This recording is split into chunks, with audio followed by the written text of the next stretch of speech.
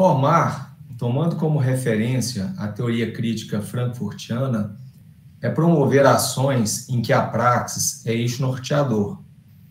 A praxis, assim como a arte, cultura e educação, nasceram do trabalho. Este, por sua vez, constitui o ser humano de forma ampla. Para Adorno, um dos principais objetivos da educação é alcançar uma condição social que possa combater a barbárie. Por esse pensamento, qualquer prática educativa deve caminhar tendo esse princípio como direcionador.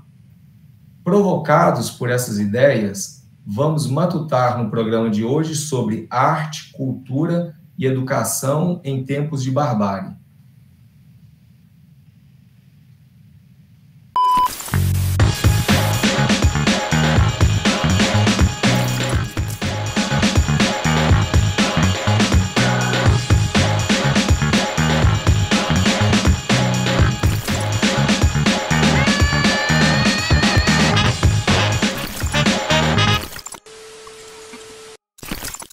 Olá, eu sou o professor Cristiano Costa, homem de pele clara, olhos e cabelos escuros.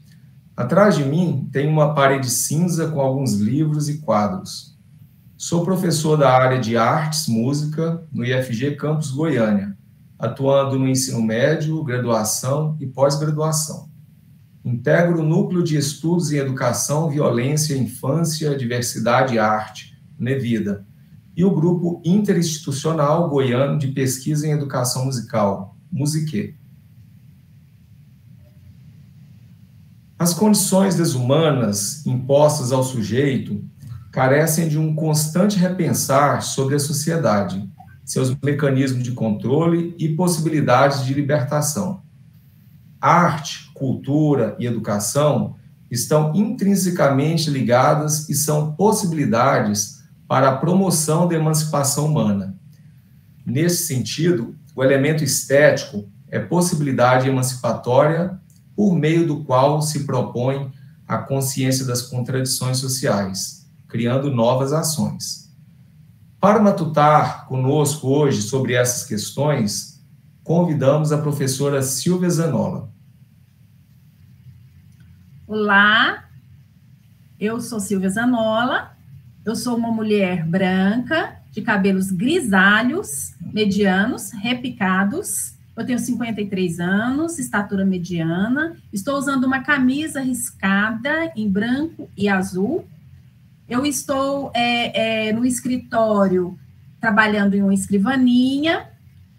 Atrás, nós temos uma parede laranja, com outra escrivaninha e alguns porta-retratos. Silvia Rosa Silvia Zanolla possui graduação em Psicologia e Serviço Social pela Pontífice Universidade Católica de Goiás, mestrado em Psicologia Social pela Pontífice Universidade Católica de São Paulo, doutorado e pós-doutorado em Psicologia Escolar e do Desenvolvimento Humano pela Universidade de São Paulo. É professora titular da Faculdade de Educação da Universidade Federal de Goiás, atuando na graduação em Psicologia e na pós-graduação em Educação. Atualmente é vice-coordenadora do Programa de Pós-Graduação em Educação da Universidade Federal de Goiás. Professora Silvia, é um prazer tê-la aqui conosco. Seja muito bem-vinda aos Diálogos do Matutando, Círculos de Culturas. Eu que agradeço, sobretudo, a você, professor Cristiano, a professora Raquel e aos demais que nos acompanham. Muito obrigada.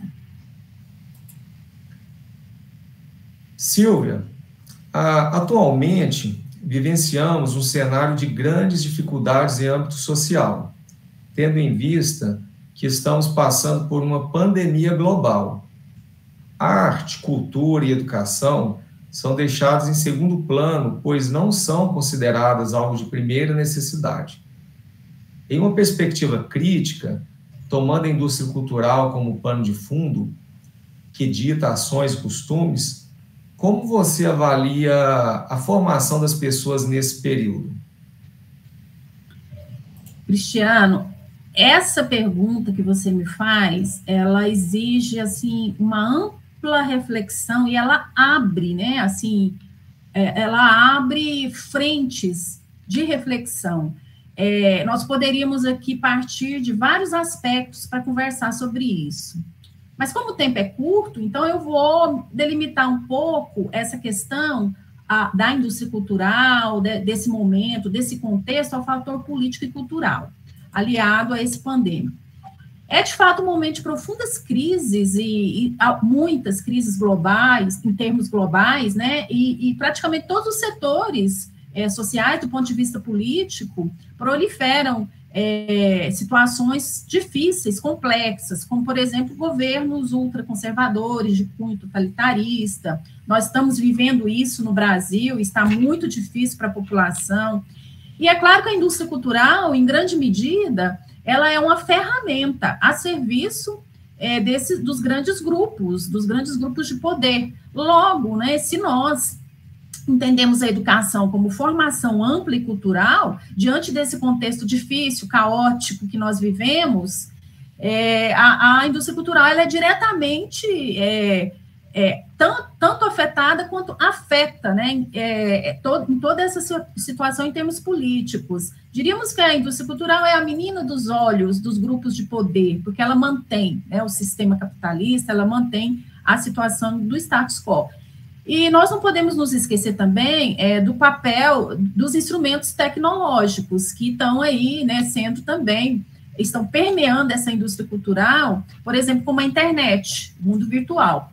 E isso como um todo. Ocorre que há uma verticalização desses fatores para se manter o sistema nos moldes da dominação, como eu disse, em todos os setores. Por exemplo, no caso da precariedade do ensino remoto. Nós vivenciamos agora nas universidades como professores muitas dificuldades em relação, né, a esses instrumentos tecnológicos, a como trabalhar com esses instrumentos no momento de dificuldade, os trabalhadores da educação, os professores, os alunos. Então, a gente ficaria aqui hoje, noite afora, falando sobre as dificuldades que nós enfrentamos. Então, a indústria cultural ela funcionaria como uma mediação em termos objetivos e subjetivos para essa situação de dominação, né, em termos do contexto político. A indústria cultural ela é, então, essa rede de comunicação que vai atuar a partir de esquemas que são econômicos para se manter o sistema tal como ele é, ou seja, um sistema antagônico de dominação. Obrigado, Silvia. Realmente, a situação em que nós vivemos, né, se torna muito difícil por conta, principalmente, desse cenário pandêmico, né? Mas não é de hoje que a indústria cultural vem atuando e é preciso, né, que se evidencie cada vez mais essas questões para que um mínimo de consciência se tome, né, de todas essas contradições e problemáticas envolvendo a formação, né, e a consciência sobre a própria deformação humana. Então, Silvia, sabendo que você é uma pesquisadora que se preocupa com questões que impactam diretamente a desigualdade social, que resultado suas pesquisas têm mostrado sobre as contribuições da cultura no processo de emancipação do sujeito? É uma pergunta bem interessante, porque você mesmo mencionou aí a amplitude de temáticas que eu venho trabalhando há mais de 20 anos, há mais de 2 décadas, né? E, realmente, são temas que versam desde educação ambiental até infância, jogos eletrônicos, enfim, pena de morte, violência. E eu trabalho sempre numa abordagem que não é apenas teórica, mas também empírica, ou as pesquisas chamadas quali-quantitativas. E é interessante porque o que a gente constata com essas pesquisas, né? Muito do que o filósofo Adorno dizia, né, nas suas obras e refletia, né, em relação à realidade, ou seja, né, de que a emancipação, a liberdade, a consciência de si e do contexto social, e também político, evidentemente, é da ordem da formação cultural. Então, eu trabalhei, por exemplo, com catadores, né, e a gente levava para as associações dos catadores de lixo, nós levávamos o circo, levávamos atividades artísticas, como, por exemplo, de pintura, teatro. Então, é perceptível, né, nessas experiências a importância da arte, a importância da estética para essa formação, em que pese, claro, as suas contradições, porque, como nós estávamos falando da indústria cultural, a indústria cultural em si, de acordo com seus objetivos, ela não visa a formação, ela visa o lucro. Então, nesse caso das pesquisas que a gente foi, né, elaborando, acompanhando, com pessoas em condição de rua, né, porque os catadores, eles têm esse perfil de condição de rua, ex-prostitutas, ex-presidiários. Então, a gente percebe, assim, o impacto que tem a arte sobre a vida dessas pessoas, e foram alguns momentos, né, de pesquisa, de contato. Então, para que a gente tenha uma sociedade mais justa, uma sociedade em que, de fato, as pessoas possam compartilhar, né, de bens, de condições, então é preciso que a cultura, que haja investimento na cultura, mas uma formação cultural humanista, não é? Lutando contra a própria contradição da deformação da cultura. E aí sim a gente pode pensar numa vida mais digna, mais justa, mais humana, né? Que vale a pena ser vivida. Portanto, né, só para concluir, a esperança para nós, ela está na educação ampla, sobretudo a partir da infância. Mas claro que também, né, não é uma visão ingênua. Nós sabemos que a própria educação, assim como a cultura, ela é contraditória. Também tem lá, né, as suas contradições. A gente vivencia isso muito de uma forma dialética, tá? E eu acho que é um pouco por aí, sabe, Cristiano? Sabermos das nossas contradições, das dificuldades da própria cultura, da estética, da educação, mas enfrentar isso como o Adorno nos ensinou. Interessante, Silvia. O seu trabalho, os seus estudos, né, as suas pesquisas deixam claro que não devemos, né, idealizar a arte, a cultura, a educação, né? Contudo, é importante que a gente perceba que as possibilidades, né, para a libertação, para a emancipação, estão, né, nessas áreas do conhecimento também. É importante a gente perceber, entender, na verdade, os limites e as possibilidades, né, para a formação humana a partir desses conceitos, né? E a partir dessa consciência, é necessário a gente avançar, né, no campo da formação humana, né, tendo em vista que os mecanismos de dominação e imposição, né, ideológica, enfim, né, já têm atuado com muita força, né, e bem organizados, né, nessas áreas da sociedade, né, com seus objetivos, né. Enfim, é preciso a gente tomar consciência dessas questões. Estamos dialogando com a professora Silvia Zanolla sobre arte, cultura e educação em tempos de barbárie. Voltamos já.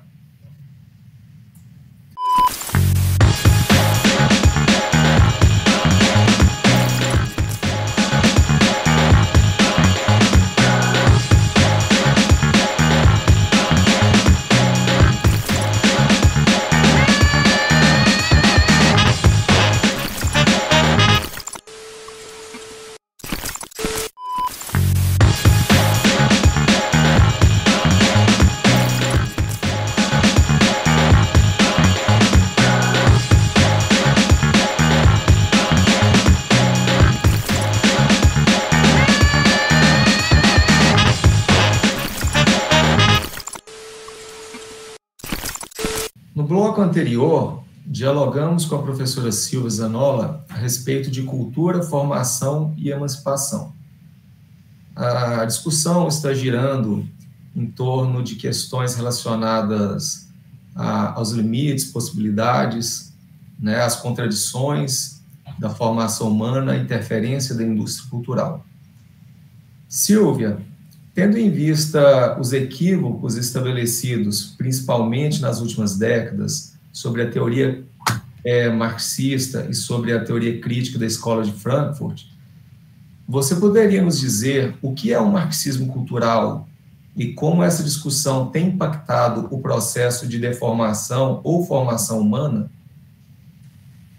Então, Cristiano, olha, é interessante porque eu venho falando muito, tanto nas aulas, quanto nas lives, nas palestras, no canal, o quanto que há leituras diversas sobre os frankfurtianos, na verdade, não só sobre os frankfurtianos, cada abordagem, ela parte de um olhar, de uma experiência, de um pesquisador.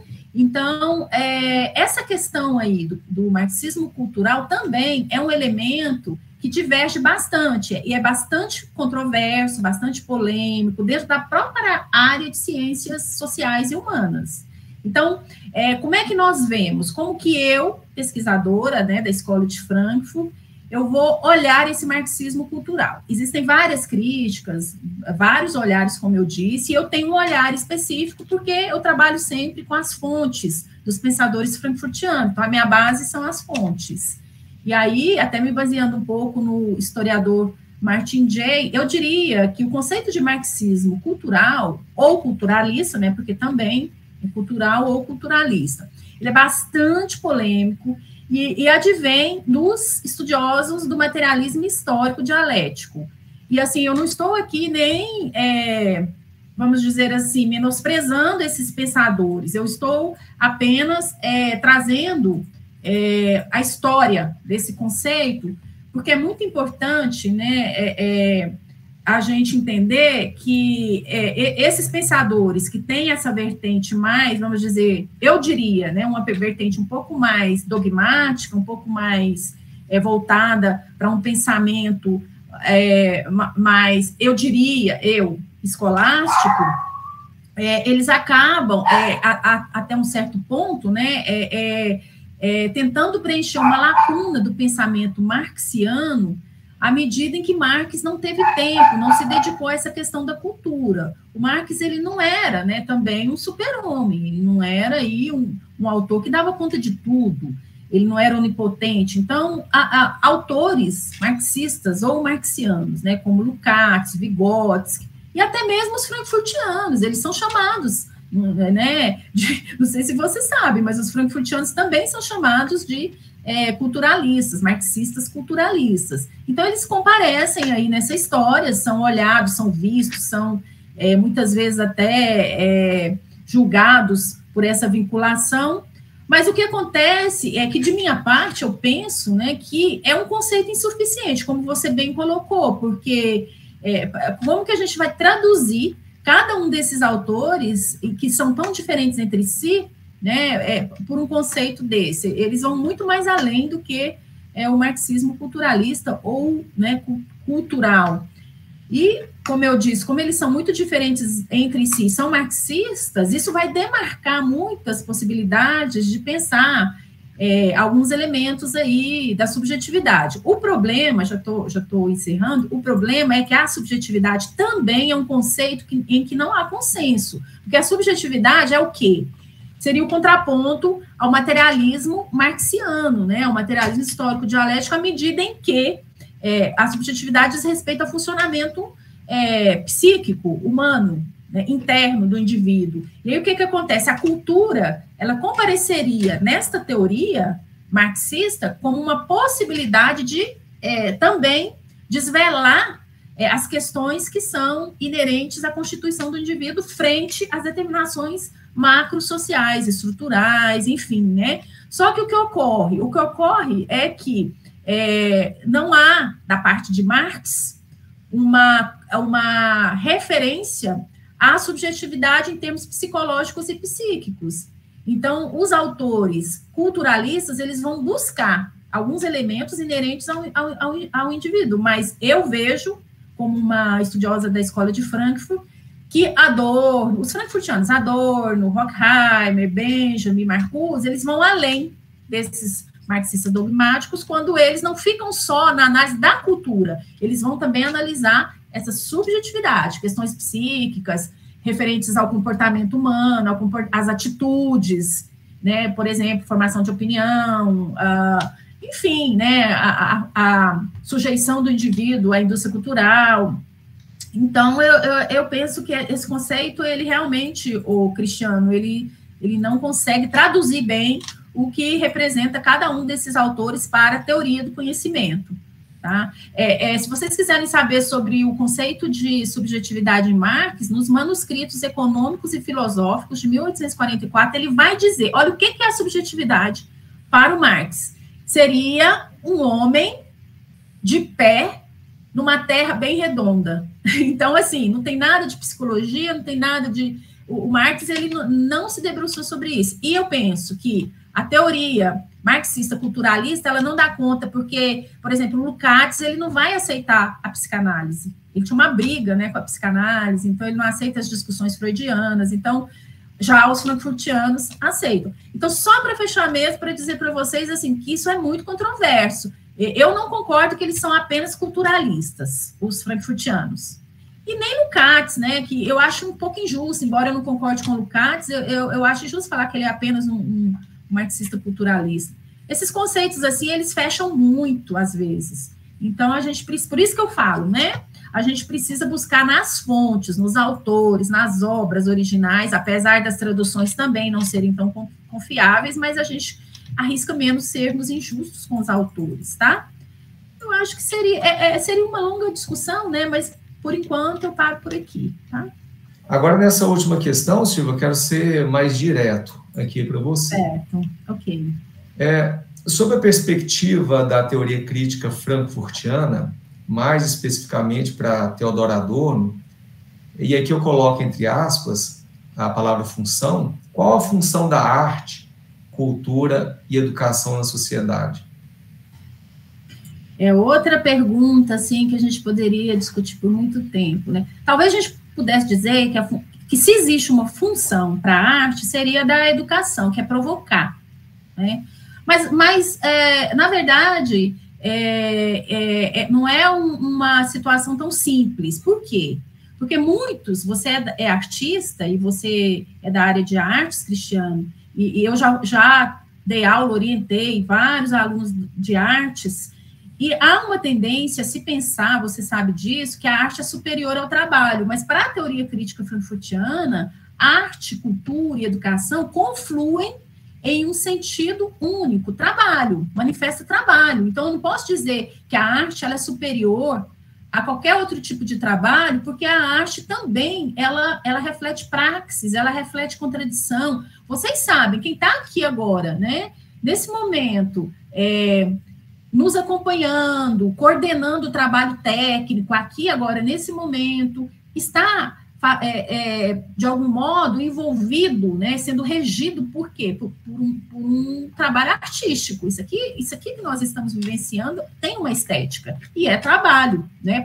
Poderia ser um trabalho alienante ou não, como o próprio Marx sempre colocou, que o trabalho, ele sofre essa contradição de ser alienação ou libertação. Então, com todas as contradições previamente apresentadas por Marx em relação a essa atividade, a arte, ela não pode ser considerada um trabalho superior. Então, logo, né, isso tudo reflete também conhecimento. E o que é interessante é isso, né? Quando você começa a analisar arte, cultura e educação como trabalho, você chega, né, logo, nessa perspectiva de que essa tríade, ela representa o quê? Conhecimento. Então, olha só que interessante. Então, conhecimento é trabalho. Então, eles se permeiam, né, arte, cultura, educação, e manifesta trabalho, e inclui aí atividade do conhecimento. Essas categorias, eu vou chamar de categorias, essa tríade, elas se apresentam como mediações contraditórias, ou seja, dialéticas, que podem, de acordo com seu potencial, conscientizar ou não, como eu já disse, né? E aí eu só estou insistindo nisso para chegar na ideia da maioridade, porque, segundo Adorno, o filósofo Adorno, a maioridade é uma condição em que o sujeito ele tem consciência dessa situação da dominação pelo trabalho, pela arte, pelo conhecimento. E esse conceito de maioridade, ele advém, né, de Kant, do filósofo Kant, e aí não tem relação com faixa etária, é maioridade no sentido em que o indivíduo ele vai tendo consciência de si, do outro, do contexto, da arte, do conhecimento, ele vai se responsabilizar pelos seus atos. E aí, sem com isso também necessitar da tutela do outro, né? Então, essa discussão, o Adorno faz muito naquela obra Educação e Emancipação. Ou seja, finalizando aqui, né, para a gente concluir, a arte, cultura e educação levam ou não o indivíduo e a sociedade a uma situação de emancipação, de justiça, de humanização. E é claro que é em termos, né, materiais e humanos, não pode ser só econômico, né? A revolução, ela precisa ser integral, ela precisa ser material, econômico, mas também humana, mas também espiritual, no sentido da consciência, né, no sentido filosófico. Então, acho que é um pouco isso, eu acho que a gente se conscientizar, Cristiano, desses limites que nós temos como sujeitos do trabalho, da arte, é importante para que a gente possa realizar autocrítica, para que a gente possa fazer uma autorreflexão e impulsionar aquelas experiências que o Adorno fala que são tão importantes, que nos levam a ações mais, de fato, conscientes, revolucionárias em termos políticos, né? Tanto é que você sabe que algumas discussões que nós fazemos com base nos frankfurtianos são muito mal compreendidas, porque as pessoas não têm o interesse de aprofundar, de ir na essência dos acontecimentos, dos fatos, dos fenômenos, dos objetos. É muito melhor, às vezes, ficar no superficial. E a escola de Frankfurt, a teoria crítica, ela não se contenta em ficar no superficial, ela incomoda mesmo, né? Tanto que incomoda em termos políticos muito à direita, né, a extrema-direita, com as discussões sobre totalitarismo, sobre fascismo, preconceito, mas também vai dar uma cutucada boa na esquerda. Nós sabemos disso, né? A gente sempre discutiu isso. Eu acho que é um pouco por aí, é sempre lembrar que se arte, educação, cultura refletem trabalho, refletem um conhecimento que, por sua vez, é trabalho, então nós temos que estar atentos para as possíveis contradições e a própria irracionalidade do próprio conhecimento, né? Porque o Freud falava que o conhecimento, aliás, que a razão, ela é perpassada por memória, fantasia e pensamento. Então, veja, se a razão, que é parte do conhecimento, que vamos dizer assim, que é da ordem do conhecimento, ela é perpassada por fantasia, memória, né? Então, isso significa que há um grande risco também na racionalidade, no próprio conhecimento, de cometer equívocos. É uma longa discussão. Se vocês me derem corda, eu vou ficando aqui, mas não dá tempo, né? Obrigada, viu, Cristiano? É muito bom te ouvir, né, falando sobre essas questões, Silvia.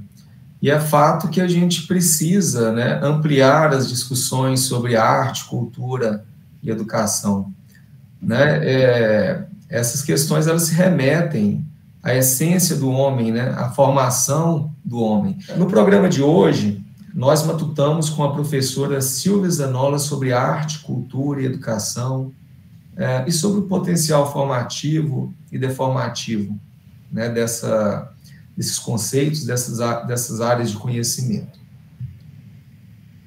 Agradecemos a participação da professora Silvia Zanolla e a todos que participaram conosco deste Círculo de Cultura. Eu aqui quero agradecer a oportunidade de ter matutado aqui junto com vocês, né?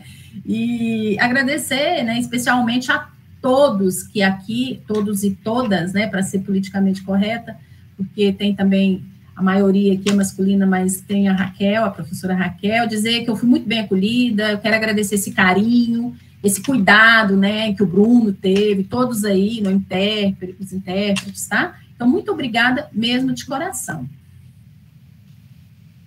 Para saber mais sobre a temática arte, cultura e educação em tempos de barbárie, você pode acessar o material ao lado.